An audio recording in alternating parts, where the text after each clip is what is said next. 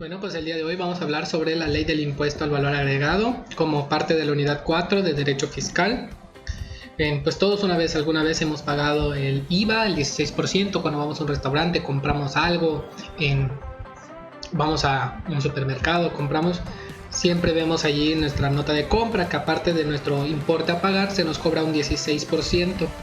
Estos, pues en primera están obligados al pago del IVA en las personas físicas y las morales que enajenen bienes, presten servicios independientes, otorguen el uso o goce temporal de bienes, importen bienes o servicios. Como sabemos, este impuesto se nos cobra a nosotros como consumidores, por eso se dice que es un impuesto indirecto, porque no se le cobra, la Secretaría de Hacienda no lo cobra directamente al contribuyente, sino que el contribuyente nos los cobra a nosotros.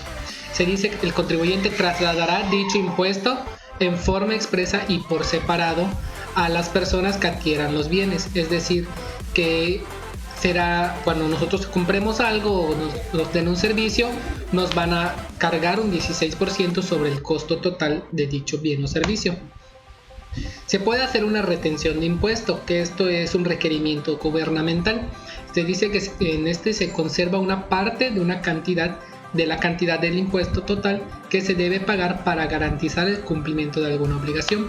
Por ejemplo, pongamos que el monto a pagar por un servicio son 10,000 pesos, se nos cobra un IVA de 1,600 pesos, entonces nosotros tendríamos que pagar 11,600 pesos, pero nosotros tenemos la opción de hacer la retención porque tenemos que pagar alguna obligación ante Hacienda, por ejemplo, y retenemos el 6%, son 600 pesos. Entonces nosotros vamos a pagar por la prestación de servicio 11,000 pesos y los otros 600 pesos se los tendremos que pagar directamente a el gobierno. ¿Quiénes pueden retener el IVA?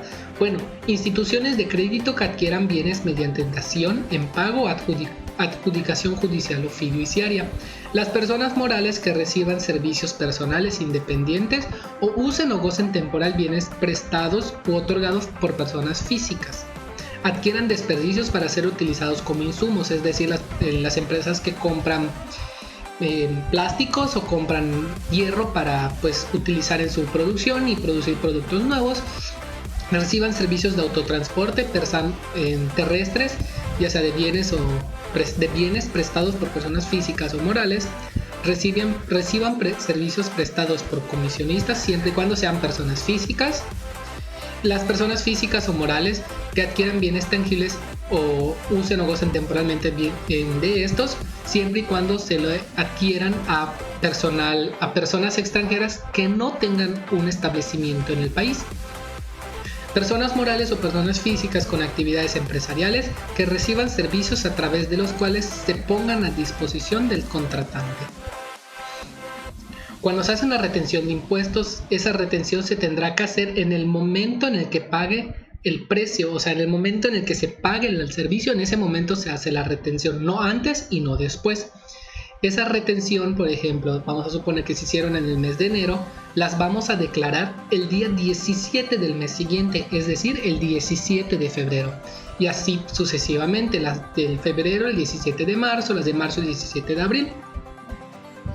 También se puede aplicar ya no una tasa del 16%, sino una tasa del 0%. ¿Para quiénes aplica esta?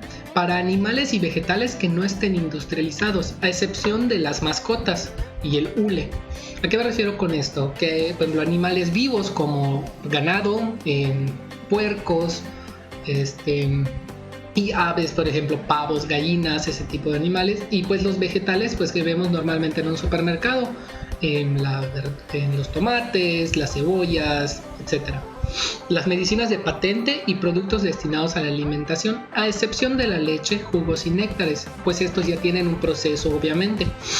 Saborizantes y aditivos alimenticios, alimentos procesados para perros o mascotas. Y los servicios que entran en la tasa del 0% son los que están directamente relacionados con los agricultores y ganaderos, la molienda y trituración de maíz y trigo.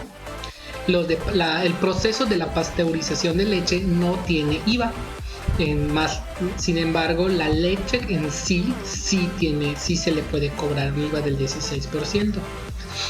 Los prestados en invernaderos hidropónicos, los servicios de sacrificio de ganado y aves de corral, los famosos rastros, los de suministro de agua potable, o sea, la red de agua potable municipal o del pueblo o el estado. Se puede dar el acreditamiento. Bueno, ¿qué es el acreditamiento? El acreditamiento viene de que es del IVA acreditable. Este IVA es el que se le cobra a los contribuyentes, ya no a los consumidores. Cuando ellos compran un producto o servicio, por ejemplo, un dueño de la ferretería, ¿no? Él tiene un proveedor, por no sé, de tornillos. Entonces el proveedor de tornillos, él le va a cobrar un IVA por darle, no sé, una tonelada de tornillos, tanto de IVA. Ese IVA que a él le cobra al dueño de la ferretería es el IVA acreditable. Ahora bien, el IVA que el de la ferretería o la ferretería va a cobrar a las personas que compren esos tornillos es el IVA trasladado. Entonces, para saber cuánto, entonces el acreditamiento se da cuando se resta del IVA trasladado, se le resta el IVA acreditable y nos da el IVA a pagar o el monto del impuesto a pagar. Los requisitos para que sea un IVA acreditable: que el impuesto al valor agregado corresponda a bienes, servicios o el uso o goce temporal de bienes estrictamente indispensables para la realización de actividades distintas de la importación, o sea, ventas, prestación de servicio, etc. Que el impuesto al valor agregado haya sido trasladado expresamente al contribuyente y conste por separado en los comprobantes fiscales. Como mencioné al principio, cuando nos dan nuestro comprobante de pago, siempre tiene que estar cuánto es el importe del servicio del producto y abajito cuánto es el IVA o el porcentaje de IVA y cuánto corresponde en dinero pues el impuesto que se nos cobra. Un ejemplo de una acreditación: por ejemplo, se compra 15,000 pesos por una persona, a su proveedor le paga 15,000 pesos más IVA, que es el IVA acreditable, que son 2,400. Paga en total 17,400. Entonces, ahora él va a vender esos productos o servicios, pero tiene que obtener una ganancia. Entonces, ¿qué hace? Aumenta costos y le traslada otro IVA, otro 16%. Entonces, se ganan 20,000 pesos ya después de la venta, más el IVA trasladado 3,200, se paga un total de 23,300. Ahora, ¿cómo se hace esto? ¿Cuánto vamos a pagarle a Hacienda realmente? Pues al IVA trasladado le quitamos el acreditable y nos da el IVA por pagar. Como mencioné al principio, pues la tasa del 16% aplica para enajenación de bienes, prestación de servicios independientes, importaciones y el uso o goce temporal de bienes o de bienes muebles.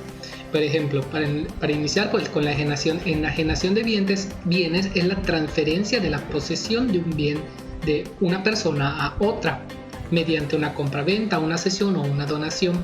No se considera enajenación la transmisión de propiedad que se realice por causa de muerte, así como por donación.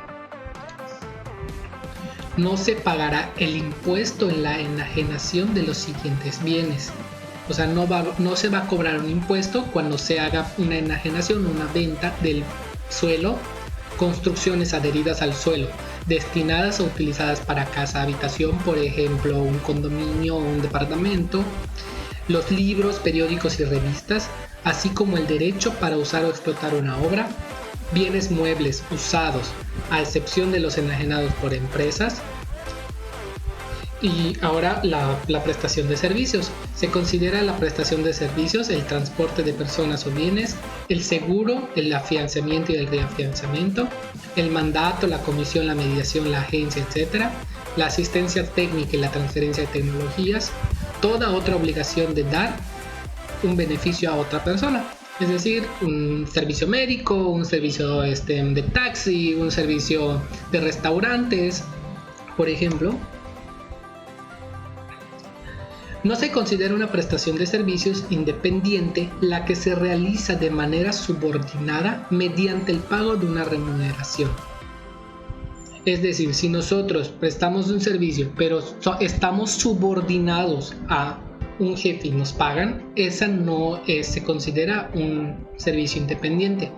No se pagará el impuesto por las prestaciones de los siguientes servicios: las comisiones y otras contraprestaciones que cubran el acreditamiento a su acreedor con motivo del otorgamiento de créditos hipotecarios, las comisiones que cobren las administradoras de fondos para el retiro o en su caso las instituciones de crédito, los préstamos de forma gratuita, excepto cuando los beneficiarios sean los miembros, socios o asociados de la persona moral, los de enseñanza que preste la federación, o sea, las escuelas, no las que cobran las cuotas o las inscripciones, cobran un pago por inscripción y ellas no pueden cobrar IVA. Ahora, pues el uso o goce temporal de bienes. Se entiende por uso o goce temporal de bienes el arrendamiento, el usufructo y cualquier otro acto independientemente de la forma jurídica que al efecto se utilice, porque una persona permita a otra usar o gozar temporalmente un bien tangible a cambio de una contraprestación. Por ejemplo, una renta. Le rentamos una bodega, le rentamos una parte de nuestra empresa, un ejemplo. No se pagará impuesto por este término, por este rubro, cuando se otorguen a personas morales autorizadas para recibir donativos deducibles para los efectos del impuesto sobre la renta, inmuebles destinados utilizados exclusivamente para casa habitación, o sea, a la renta de casas, departamentos o cuartos no se puede cobrar IVA. Fincas dedicadas o utilizadas solo a fines agrícolas o ganaderos, es decir, fincas que se dediquen a producir vegetales, a producir carne de cualquier ganado. Se entiende que se concede el uso o goce temporal de un bien tangible en territorio nacional cuando éste se encuentre el bien en el momento de su entrega material a quien va a realizar el uso o goce temporal. Es decir, si el bien se encuentra en México o en el país, se entiende como uso o goce temporal y clarifica en la ley. Cuando se otorga el uso o goce temporal de un bien tangible, se tendrá obligación de pagar el impuesto en el momento en el que quien efectúa dicho otorgamiento cobre la contraprestación. Es decir, cuando nosotros vayamos a cobrar la renta, debemos tener una nota, realizar una nota o realizar una factura donde se le ponga el importe a pagar más el IVA. La importación de bienes. Bueno, pues la importación es la introducción de todo bien o servicio al país que proceda del extranjero. Por ejemplo, importamos maíz, importamos telas, importamos, pues incluso cuando se compran bienes en línea que tienen que venir, por ejemplo, de Estados Unidos, de China, esos bienes pagan impuestos, se le tiene que cobrar un IVA y entran en la parte de importación. ¿Qué se considera una importación? La introducción al país de bienes. También se considera introducción al país de bienes cuando estos se destinen a los regímenes aduaneros de importación temporal para la elaboración, transformación o reparación en programas de maquila o de exportación. ¿A qué se refiere con esto? Que Estados Unidos manda ciertos productos a México para que se termine su fabricación o se les ponga ciertos diseños y luego se agarran y se regresan a Estados Unidos. Eso es una importación temporal. La adquisición por personas residentes en el país de bienes intangibles enajenados por personas no residentes en él, como mencioné anteriormente, cuando compramos cosas en línea, por ejemplo, que vienen de China, vienen de Estados Unidos, de Europa. El uso o goce temporal en territorio nacional de bienes intangibles proporcionados por personas no residentes en el país. O sea que usamos un bien no tangible que una persona extranjera pues enajena en el país o lo renta en el país. El aprovechamiento en territorio nacional cuando se presten por residentes en el país. Se considera que se efectúa la importación de bienes y servicios en el momento en que el importador presente el pedimento para su trámite en los términos de la legislación aduanera, el caso de importación temporal al convertirse en definitiva, en el caso de aprovechamiento en territorio nacional de servicios prestados por no residentes en el país en el momento en el que se paga efectivamente la contraprestación. Una importación temporal, cuando un bien exportado temporalmente retorna al país habiéndosele agregado valor en el extranjero por reparación, aditamientos o por cualquier otro concepto que implique un valor adicional se considera una importación de bienes o servicios. Es decir, ya sea que venga aquí, a México se le agregan nuevas cosas, él termina su producción y se regresa, o se exporta a otro país y regresa. Eso se considera, o sea, cuando en México mandamos, no sé, ropa a Estados Unidos para que le pongan diseño, para que o un producto para que termine su fabricación y luego nos lo regresan, se considera como una importación. Tratándose de bienes exportados temporalmente y retornados al país con un incremento de valor, este será el que se utilice para los fines del impuesto. Es decir, si cuando salió de México valía 500 y cuando lo regresaron con toda la terminación del proceso y todo vale 600, ahora el IVA se le va a hacer sobre los 600 pesos, ya no sobre los 500. No se pagará impuesto al valor agregado en las importaciones siguientes: las que en los términos de la legislación aduanera no lleguen a consumarse o sean temporales, tengan el carácter de retorno de bienes exportados temporalmente o sean objeto de tránsito transbordo. Las de equipaje y menajes de casa, a que se refiere la legislación aduanera. Las de bienes cuya enajenación en el país y las de servicios por cuya prestación en territorio nacional no den lugar al pago del impuesto. Las de bienes donados por residentes en el extranjero o la federación. Las de obras de arte por su calidad y valor cultural, siempre y cuando se destinen a exhibición pública de forma permanente. El oro, cuando éste tenga un 80% de pureza. ¿Cuál es la importancia? Bueno, para el gobierno la importancia de los ingresos pues es que es la forma de recabar dinero para desarrollar proyectos en el país, en realizar infraestructura, etc. Y pues gracias por su atención. Espero les haya servido mucho este video y se hayan quedado claro de cómo la ley del IVA pues aplica a diferentes pues servicios y productos, y en qué momentos pues se puede cobrar 16%, 0%, y en qué momentos no se debe cobrar el IVA. Pues muchas gracias y nos vemos hasta luego.